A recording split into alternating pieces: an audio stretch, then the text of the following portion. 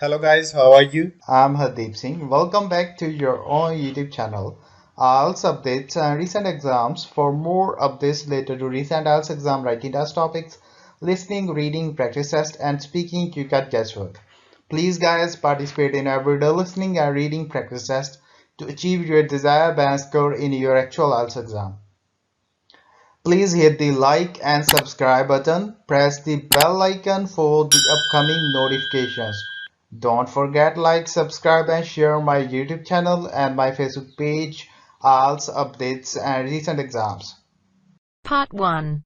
You are going to listen to the director of a college talking about his school. Listen to the talk and answer the questions. 1 to 3.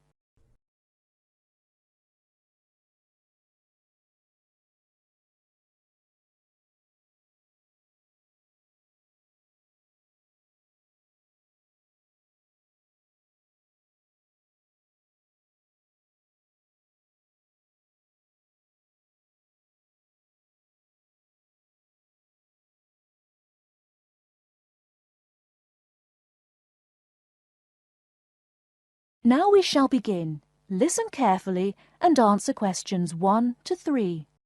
Many of you already have a reasonably firm idea of the general subject area you wish to study. Others are more open and searching for ideas. Whatever your situation, I hope you find that we have a course that meets your needs. Our firm aim is to be a student-centred institution with a special emphasis on flexibility. This begins with our attitude to access. We judge people on their motivation and commitment to study as much as, if not more than, formal qualifications. This is reflected in the vitality and diversity of our student population. Some of our students come direct from sixth form or college. Before you hear the rest of the conversation, you have some time to look at questions 4 to 10.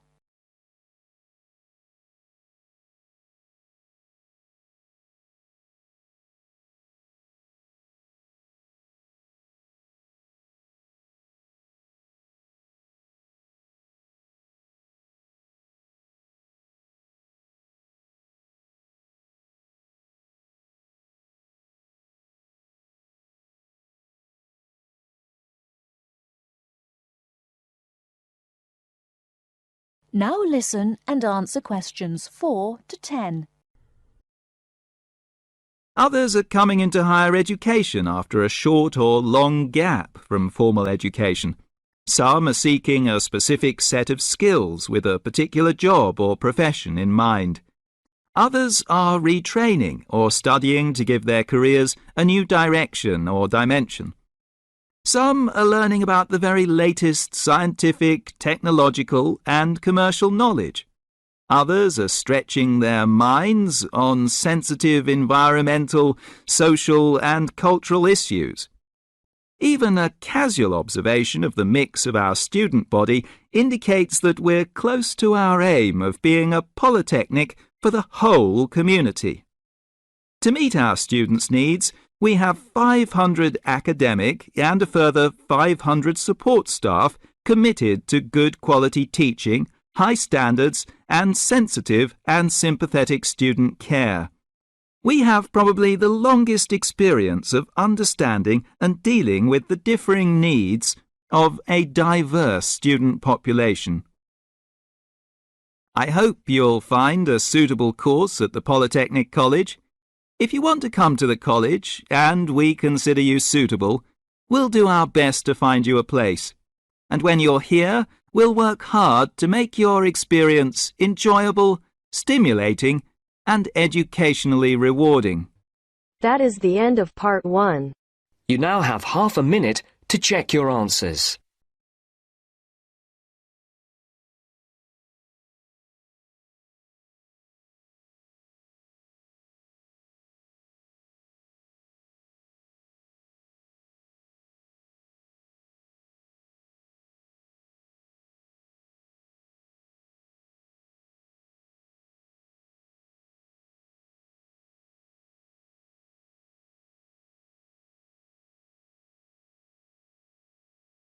Now turns to Part 2. You will hear a tour guide giving information about a shopping district. First, you have some time to look at questions 11 to 15.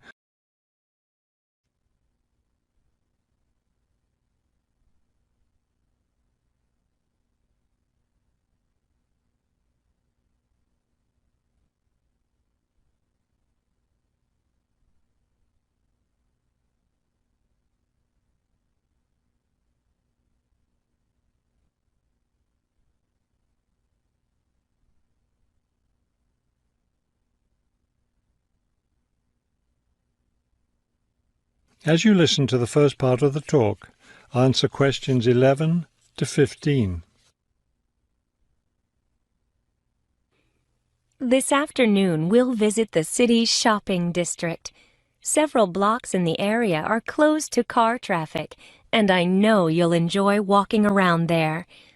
I'd like to give you an overview of the district now, since you'll be on your own once we get there. You'll see on this map here that the shopping district consists of two streets, Pear Street, which runs north and south, and Cherry Street, which crosses Pear Street right here. Let's start our tour here on Pear Street, where the star is.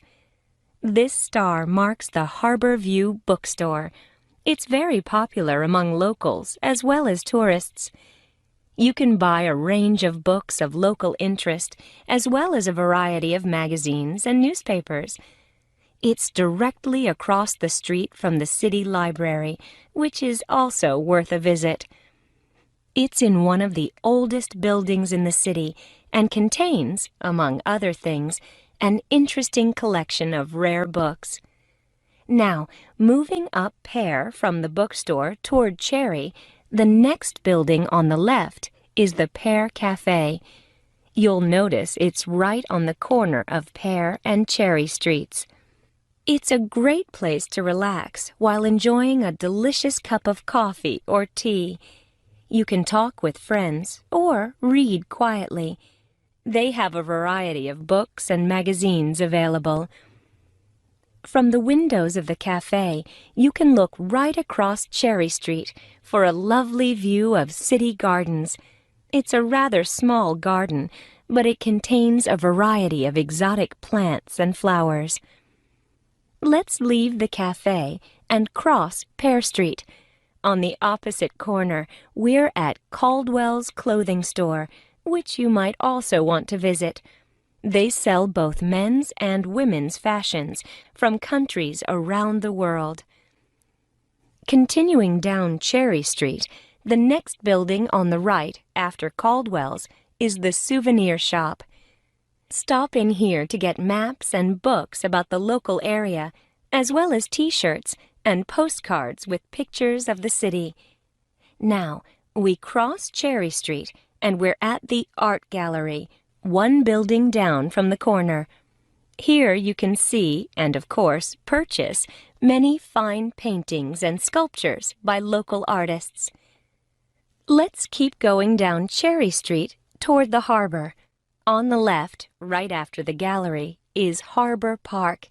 It's a lovely place, and it's certainly worth spending some time there. Before you hear the rest of the talk, you have some time to look at questions 16 to 20.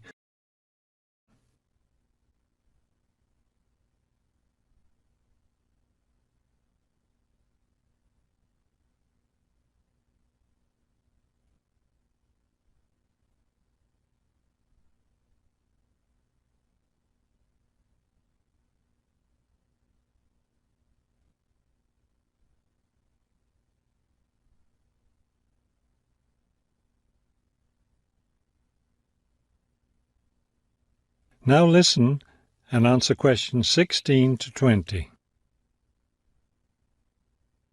Harbor Park was built on land donated to the city by Captain Jones, a lifelong resident of this city. Captain Jones designed the park himself, and it was built in 1876. Exactly in the center of the park, a statue of Captain Jones was erected, and it's still standing there today. It shows Captain Jones on the bow of his ship.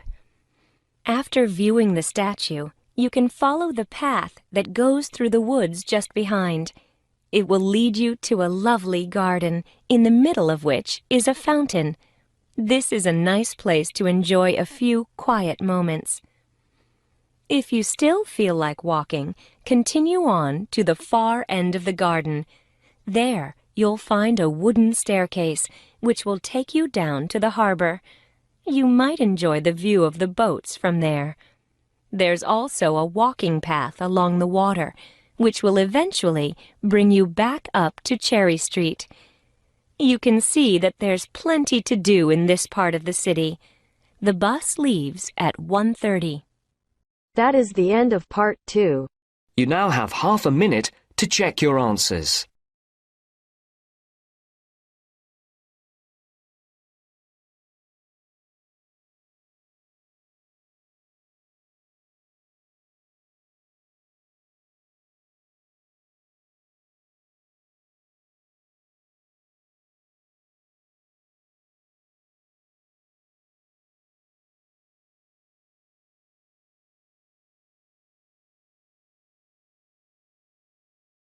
Now turns to part 3.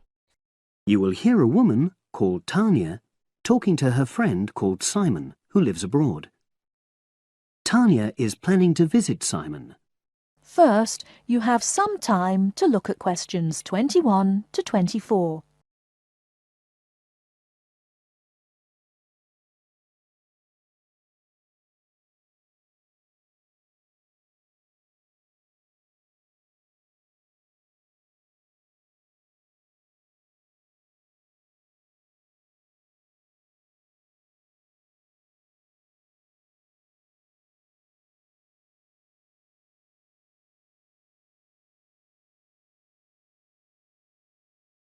Now, listen carefully and answer questions 21 to 24.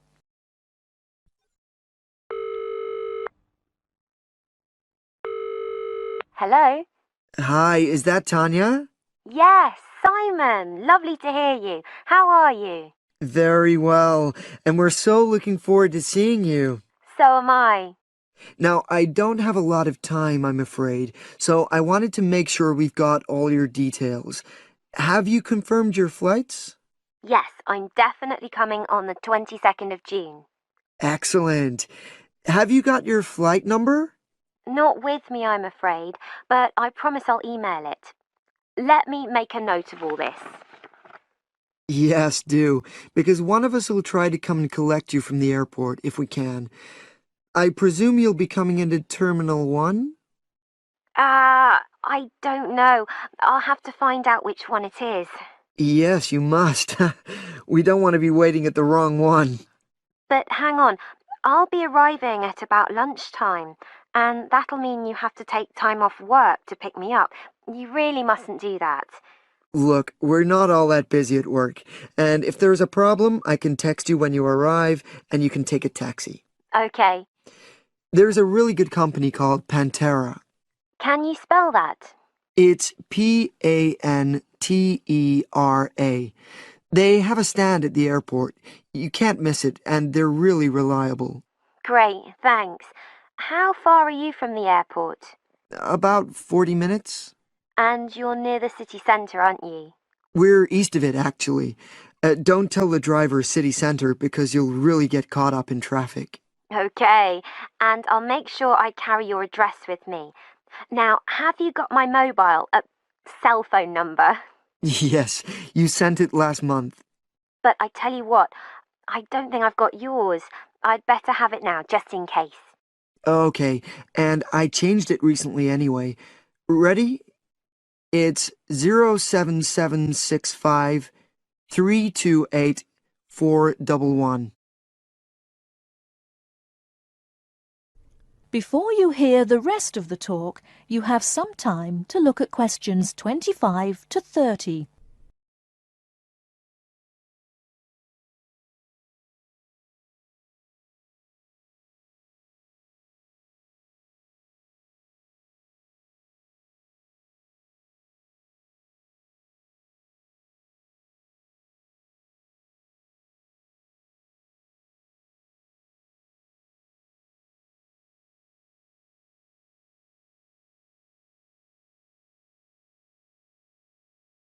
Now listen and answer questions 25 to 30. Thanks. Now, what should I pack? Well, all the usual, casual clothes mainly. Though you'd better bring an evening dress. We'll be having at least one fancy dinner in a hotel restaurant. Okay, now, when you're coming, unfortunately the weather is not going to be brilliant. I know, it's the rainy season. I'm bringing an umbrella. We have tons of those, so don't pack one. But pack a raincoat, a good one, 'cause we'll try and get out for plenty of hikes. Okay, sure. Sounds super. Just what I love. And I'd better remember to pack my sturdy walking shoes. Excellent idea. It's pretty rugged round here, so they have to be tough. I can imagine. I'm so looking forward to getting out. Oh, Simon, before I forget, you recommended I read a book about your area. Yeah.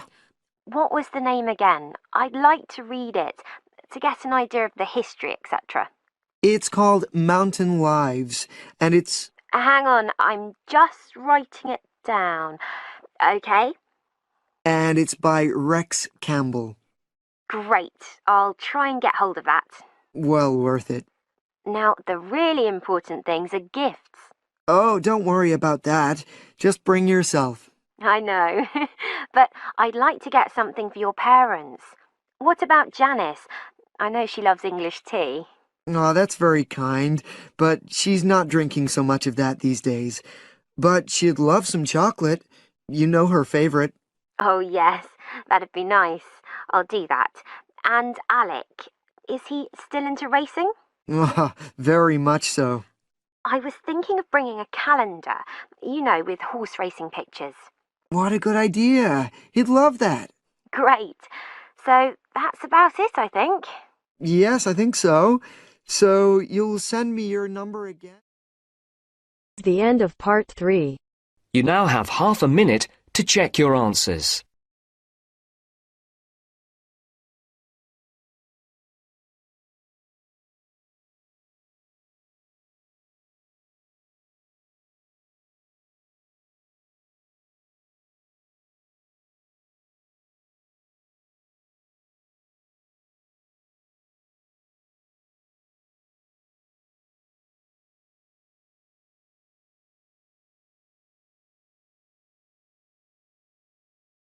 Now turns to part 4.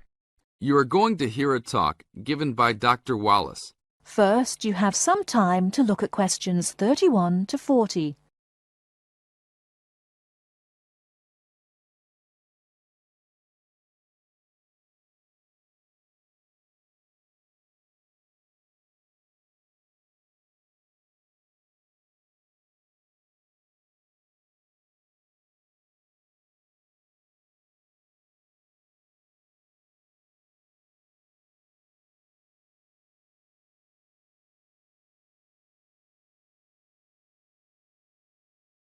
Now, listen carefully and answer questions 31 to 40. Good afternoon. I'm glad you all found your way here. Now I'd like Dr. Wallace to introduce us to the Arboretum. Good afternoon. Although at first glance the Arboretum may look like a park, it is a research and teaching facility that also provides a place for people to develop a positive relationship with nature. When the University of Wisconsin-Madison purchased the land, mostly during the 1930s, much of it bore little resemblance to its pre-settlement state. Instead, it had been turned into cultivated fields and pastures that had fallen into disuse. The university's Arboretum Committee decided early on to try to bring back the plants and animals that had lived on the land before its development. Though they may not have anticipated it at the time, the committee's foresight resulted in the Arboretum's ongoing status as a pioneer in the restoration and management of ecological communities. In focusing on the re-establishment of historic landscapes, particularly those that predated large-scale human settlement, they introduced a whole new concept in ecology, ecological restoration, the process of returning an ecosystem or piece of landscape to a previous, usually more natural condition. Madison was a fast-growing city in the 1920s. Fortunately, some leading citizens recognized the need to preserve open space for Madison's residents. Most of the Arboretum's current holdings came from purchases these civic leaders made during the Great Depression. In addition to inexpensive land, the Depression brought a ready supply of hands to work it. Between 1935 and 1941, crews from the Civilian Conservation Corps were stationed at the Arboretum and provided most of the labor needed to begin establishing ecological communities within the Arboretum. Efforts to restore or create historic ecological communities have continued over the years, with the result that the Arboretum's collection of restored ecosystems is not only the oldest, but also the most extensive such collection. In addition to these native plant and animal communities, the Arboretum, like most arboreta, has traditional collections of labeled plants arranged in garden-like displays. These horticultural collections, featuring trees and shrubs of the world, are the state's largest woody plant collections. That is the end of part 4. You now have half a minute to check your answers. So guys, don't forget like, subscribe and share my YouTube channel and my Facebook page, IELTS updates and recent exams. For more updates related to recent IELTS exam writing test topics, listening, reading, practice test and speaking, you got guesswork. Please guys, participate in everyday new IELTS listening and reading practice tests to achieve your desired band score in your actual IELTS exam. For more IELTS material, visit my official website www.ieltsupdatesandrecentexams.com. The link is given below in the description. If you need PDF files of latest IELTS material, then please join my Telegram channel. So guys, please write your score below the comment section. Again, thanks for listening. God bless you all guys. Stay tuned, stay safe.